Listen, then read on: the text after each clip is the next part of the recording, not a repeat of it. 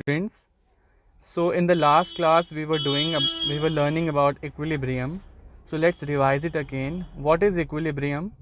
Equilibrium is that state in which the measurable properties of the system, measurable properties like pressure, density, color or concentration, these things do not change or do not undergo any change under the given set of conditions. So that state is called equilibrium, and it is shown by a reversible arrow. We already did it in the last class. Now I was telling you in the last class that rate of forward reaction becomes equal to rate of backward reaction. Then that state is called equilibrium, and this condition when forward rate becomes equal to backward rate, this is called dynamic equilibrium. Now as you can see in this graph, the curve of forward and backward reaction is meeting at this point. This point is called your equilibrium state. You can also show it by this graph. Now let's go on to law of mass action. Now what is law of mass action? It states that rate of a chemical reaction, rate means the speed with which a reaction is taking place. So the rate of a chemical reaction is directly proportional to the product of molar concentration. When we are taking concentration, just remember you have to take molar concentration, meaning concentration should be in moles.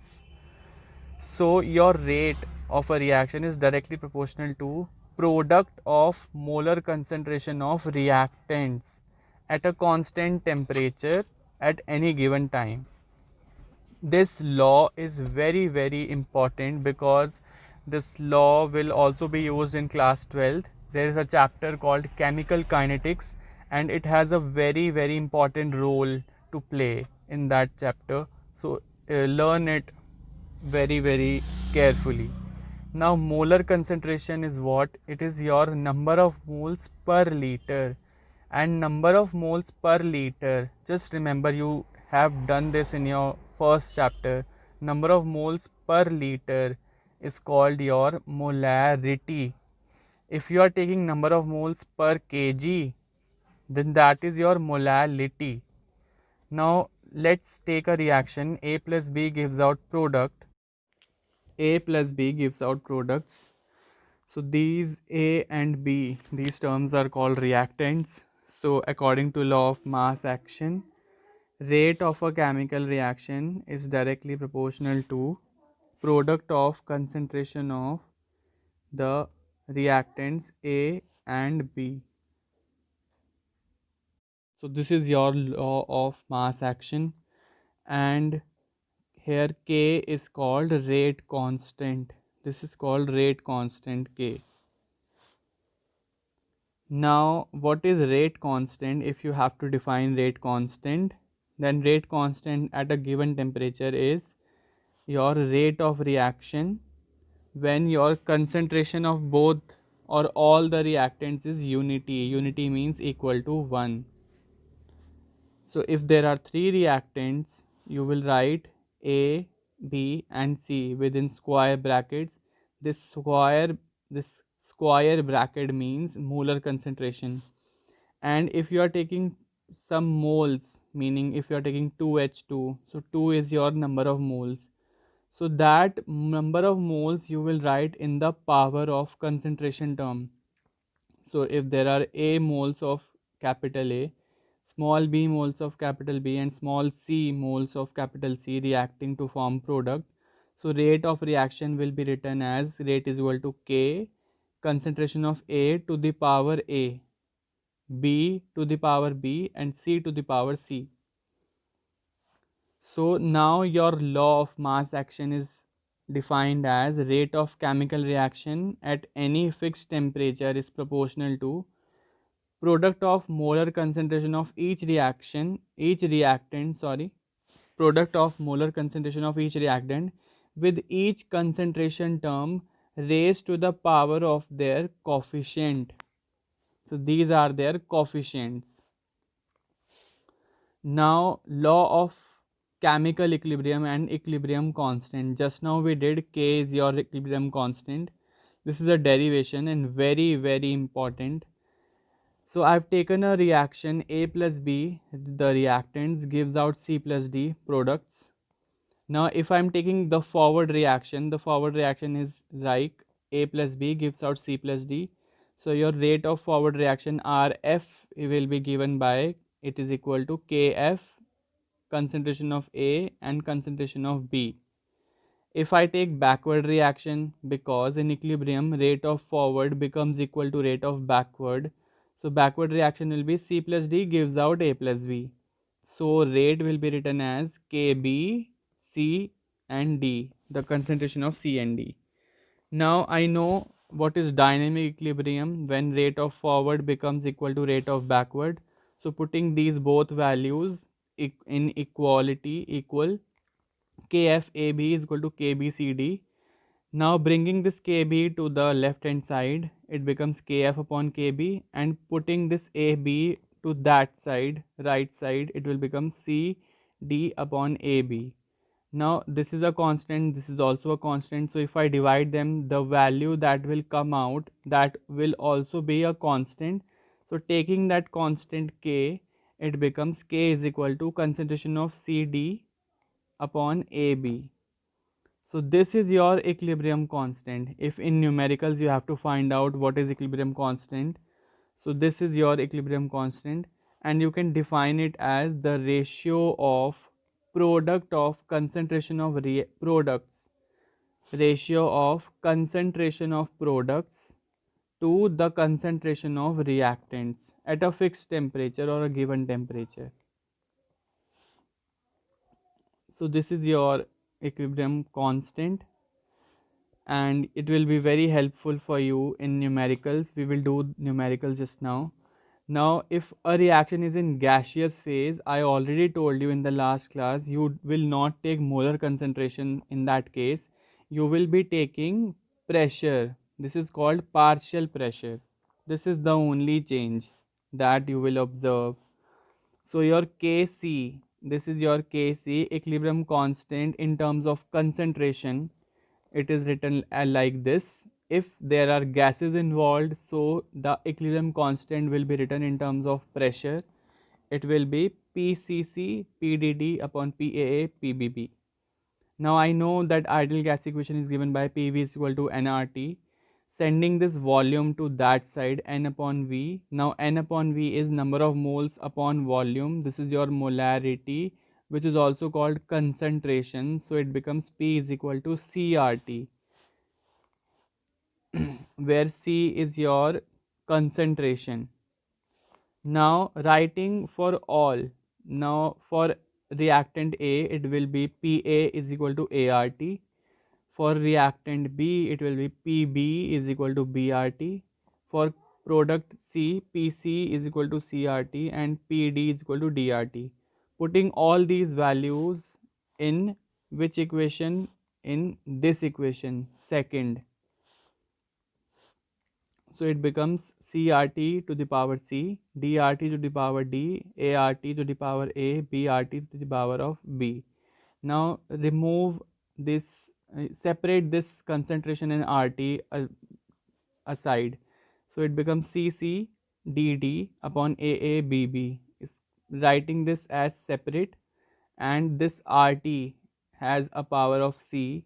This RT has the power D. Now you know in multiplication the powers are added, so it becomes RT to the power of C plus D, and in denominator it is becoming like RT to the power of A plus B. Now this is in denominator. If I take it in numerator, its power will become negative, so you will write minus.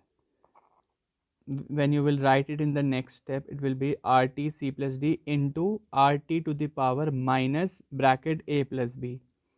Now again the same rule, in multiplication powers are added. So when you add C plus D and A plus B is already in subtraction, so plus minus becomes minus, so it will be written as RT to the power of C plus D minus A plus B. Now your C plus D, this is your product, A plus B is reactant. I am subtracting product ka concentration from reactant or number of moles.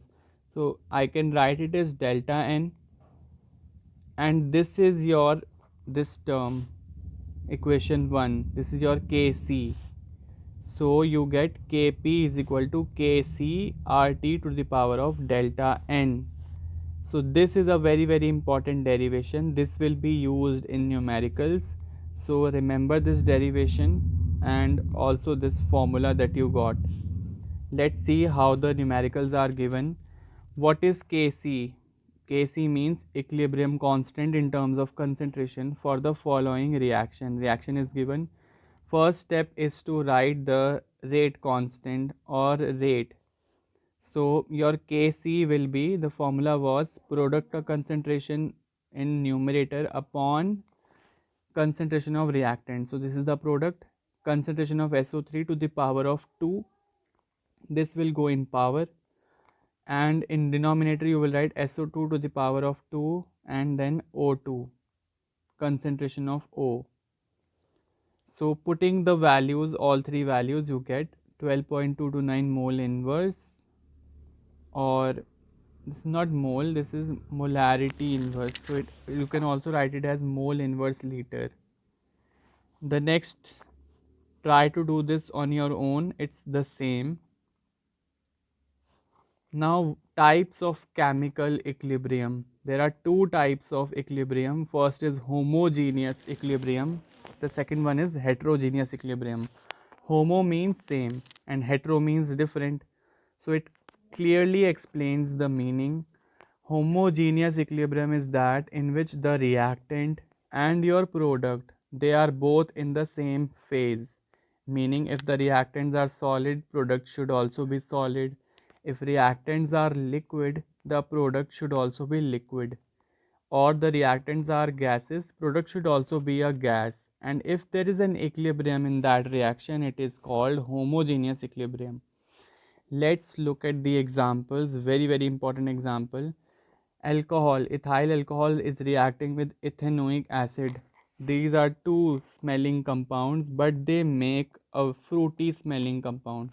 They have a very bad smell, but the product they both form is a good smelling compound, fruity smelling compound called ester plus H2O. Ester is liquid, water is also liquid, ethanoic acid is liquid, alcohol is also in liquid, so all are in same phase. This is called homogeneous equilibrium. Remember this reaction, we have already done this. Haber's process for preparation of ammonia, nitrogen gas reacting with hydrogen, another gas, to form ammonia. This is also a gas. The last one is SO2, sulfur dioxide is reacting with oxygen to form SO3. These all three reactions are very important. They are also in 12th as it is. This last reaction, this is very useful in preparation of sulfuric acid. This you will study in class 12th also. So remember these three reactions. The last is heterogeneous equilibrium. It is that equilibrium in which reactants and products are not in the same phase, they are in different phases. For instance, the reactant might be your solid state, product will be in liquid or gas, so they won't be same. We have already done so many examples in this reaction. Let's go back and see a few examples.